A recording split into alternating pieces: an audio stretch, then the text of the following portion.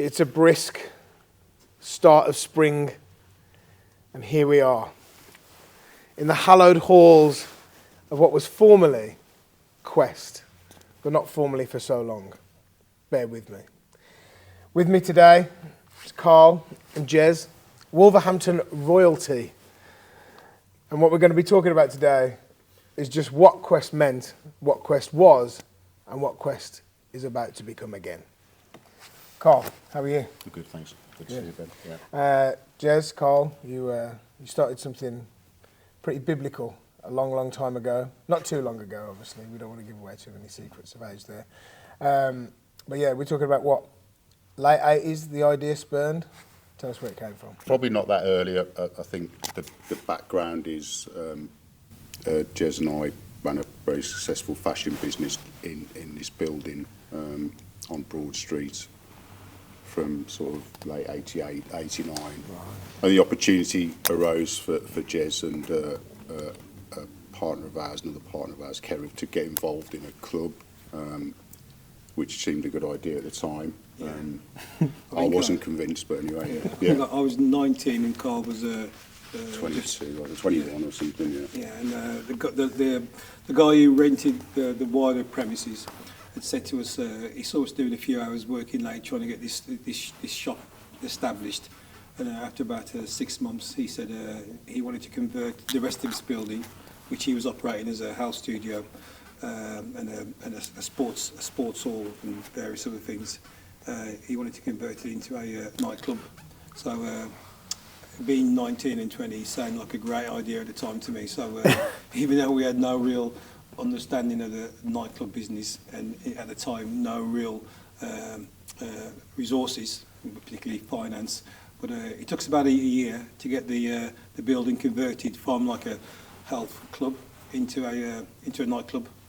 It opened first. We had a bar downstairs, then a club downstairs, and then we converted this space, which is the Quest Paloma space, into a function room with no real strategy around the sort of dance music. Is more just about let's get a function room and let's try just and get an event space. Yeah, trying to get an event space really. And then the first events we had were actually Indian weddings because the landlord of the building was an Asian guy who we had a great relationship with, and he had his own links. And the first thing we did on a Sunday was have Indian weddings. And then the nights ran intertwined with that, or did they kind of? So I mean that around that time downstairs, the Picassos and Pablos, I should say, as it was, were very busy in their own right. Tuesday was student night, Thursday was a pound a bottle night, Friday was karaoke, and Saturday night was. I tried my hardest to get in Picassos as a young 17-year-old gent. Yeah. I think maybe the wide leg trousers were just a bit too much for you. Too much of a giveaway. Yeah. So that was busy every week, but I mean throughout that period really, and even as kind of early of '89. Jez and I'd go to London quite regularly to buy stock and his mum's Nissan, and I remember the M25 hadn't been open that long, and as soon as you got inside the M25 you could tune into pirate stations, Kiss then, back then Centre Force, which I think is still going, and various others. It was like a bit of the Wild West on the airwaves. And then we'd go to Camden or the East End and pick these flyers up for biology and energy and sunrise, and we're quite fascinated by this scene where you had to ring a number and meet at a service station and go to these outdoor raves, even though there was nothing like that around here. And there was various other things locally that were starting to kick off, but there's a couple of things that really kind of stick in my mind. I think we went to Cake, didn't we, with Nigel? In Birmingham. And which was like it was like a squat, wasn't it? It was like a illegal party, and DJ Dick, who's a really kind of legendary DJ in Birmingham, was playing. I remember coming out of there thinking, there's something happening with this dance. Even though downstairs they'd play late 80s, early 90s chart dance music, it wasn't out and out as we know it now, where it became house and jungle and drum and bass or whatever. Yeah. We had a night out in Ibiza in, I think, sort of early summer '91, where I think we both had a bit of an epiphany about the dance scene really, and saw there was an opportunity for us to sort of expand into that area, even though at the time we didn't really. Yeah, I don't think we appreciated it because it actually came about by chance, because we had club and a cloud shop operate at the same time. We couldn't be away at the same time. So Carl was supposed to be flying back on the Saturday. Was it the Saturday? And I was supposed to be arriving on the Saturday morning. We'd have one day together, and then he'd come back to the UK to continue working. And you missed your flight. And you got diverted to Mallorca, I think. And, it was just a mess up. So we ended up going straight out that Saturday. I'd been there the previous week to the infamous phone parties. And a very good friend of ours who's no longer with us, Wayne Perks, was with us that night, and Dale, and we just had the best night ever. In fact, he'd just come out of prison after doing about 4 years. Perksy, who was a legend in He had a lot to get off his chest. Yeah, for sure, mate. So he let off a bit of steam. Yeah. And they stayed out for another week, and I came back. And somebody had inquired a month or two before about renting the space out to do a rave. And I kind of said, oh no, mate, we're not interested in that. But this guy had already ran a night at Cinders in Wollenhall. So I called him and said, can I come and look at your party? And I did, and I was like, oh wow, this is, it's in Wollenhall, it's got to be in Wolverhampton. Yeah. And then we got a really good friend, an old friend of ours, Errol, who ran a night in Stoke called Kinetic, to kind of give us some advice on how to book DJs and a bit of production and where'd you get a laser from and all that kind of thing. And prior, obviously, much, decades before social media, the way you promoted an event was hand-to-hand flyers. I've spent... You've traipsed I drove back from London shopping centres in the early hours of the Midlands of the morning a couple of weeks ago, and I had some flashbacks to coming back from the Sanctuary at 7 o'clock in the morning, and all Starlight, Aston Villa Leisure Centre, Universe at Longley. You had to go out, you had to hand these flyers out, put them on cars, after you've been at the club till God knows what time. That, along with going to record shops and posters and subsequently recording the sets of the DJs that some of them weren't very happy about. That first 3 or 4 Quest flyers were based around 2000 AD, which was a comic that was a bit weird now looking back, but Jez and I were fans, and Judge Dredd was the main character. And that seemed to get people's attention, even though it didn't really tell a story unless you kind of knew the comic book series. But that helped establish it. The visuals of that were quite important, I think, to establishing the name. And then really just moving on from there, while we've been talking about this venue again, bringing it back to life, doing Quest in April, it's become apparent that nostalgia of the flyers, the tape recordings, the jackets, how much, it surprised me, really. Do you know what I mean? I was thinking, Carl, actually, where did the name Quest come from? Well, I think you said you thought of it, but... I'm sure I did. It was pretty much success from the first night.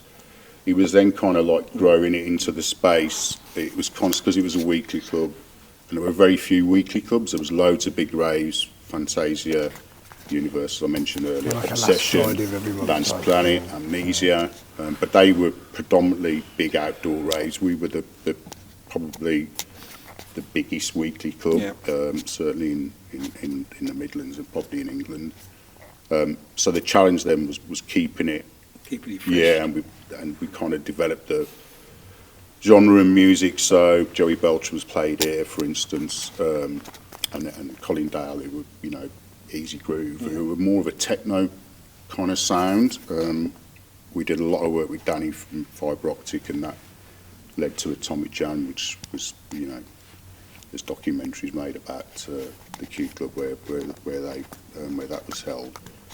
And I think the other thing as well, just looking through some stuff, Jez, was all those big promoters used to come here for the night outs. If they didn't have a gig, we'd have everybody here. We found a photograph recently of Mickey Linus, Maury from Dreamscape, Nick Sellers, Gideon, Danny from Fibre Optic, that's Gideon from Obsession, all all on one, and DJ Ratty of all people, all on this one photograph. I mean, a few of those characters aren't with us now, but I think only something we probably talked about recently, but one of the reasons why we probably were successful, and he carried on for such a long time, is because it was like, you'd get a lot of like crews from different areas, different parts of the country that come here. There'd be no, it's kind of like a neutral ground, as it were.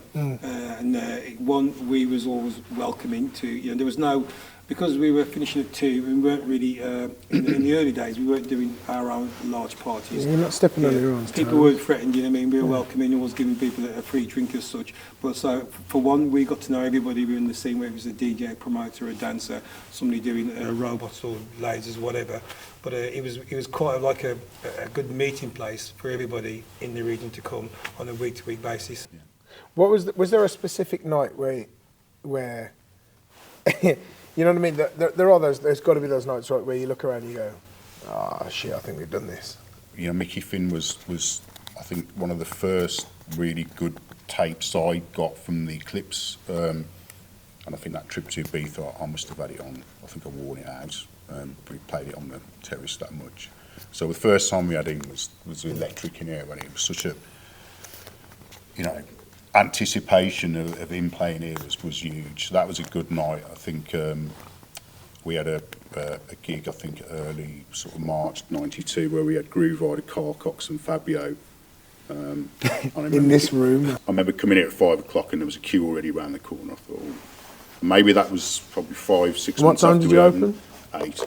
That was the first Saturday that I thought, whoa, we're really onto something there. We had the Prodigy on a bit of a short notice gig, where they were booked to play a big event that got cancelled, I think on like the Monday or Tuesday preceding the Saturday. And I rang the agent and said, the guys are free on Saturday, they want to come and play at Quest. He quoted a figure that was a lot of money then, but in the big scheme of things, if you could get them to play for that much now, you'd do all right. So that was really a booking that we made. We couldn't promote it, but what a surprise to have them on, just that they were just going to be huge. That's one that really sticks in my memory. We had a newsletter that we send out every month, and people could write in. We had an agony aunts or agony. That's incredible. So the communication then, which was hard work and a lot of pieces of paper. Yeah. But it really we got a following from that. That's amazing. So I don't know what other night. I mean, there's so many. Yeah, I think one of my favourites was the first fibre optic. Danny, the promoter of fibre optic, is still a personal friend after so many years, and he's the guy we did Atomic Jam with. Because we had a relationship with all the various promoters coming through, the ones who were just hot at the time, we would invite them to do like maybe once every couple of months we'd have a fibre optic night, or a Dance Planet night, or a Fantasia night. But Danny's crew were all like from Leamington kind of way. Some of the events we did outside were great. Some of the Q clubs, Quest Q clubs, Dance Nation at Western Park, which financially was a disaster, but it was a great night. There's legendary stories about how full and how busy this place was on a weekly basis. Any stories? The night that I mentioned earlier with the Prodigy, so quite late on the night, somebody came to me who was on the door and said, somebody wants to get back in, who said they're falling out the window. I was like, nah, they can't. Just for reference, we're on the second floor. This is not on the ground. And so I went downstairs and there's a girl looking a little bit distressed, but not injured, and probably a little bit worse for wear physically in another way, and said, I was in the dressing room with the Prodigy and I fell out the window, can I come back in? I didn't believe it, and I walked around the front, and anybody remembers Picasso's, there was a canopy with the brand, with the club name on, with the big and there was a hole in it. It must have broke her fall and she'd land on the pavement, so of course we let her back in. On the 19th, Yeah. Quest is back.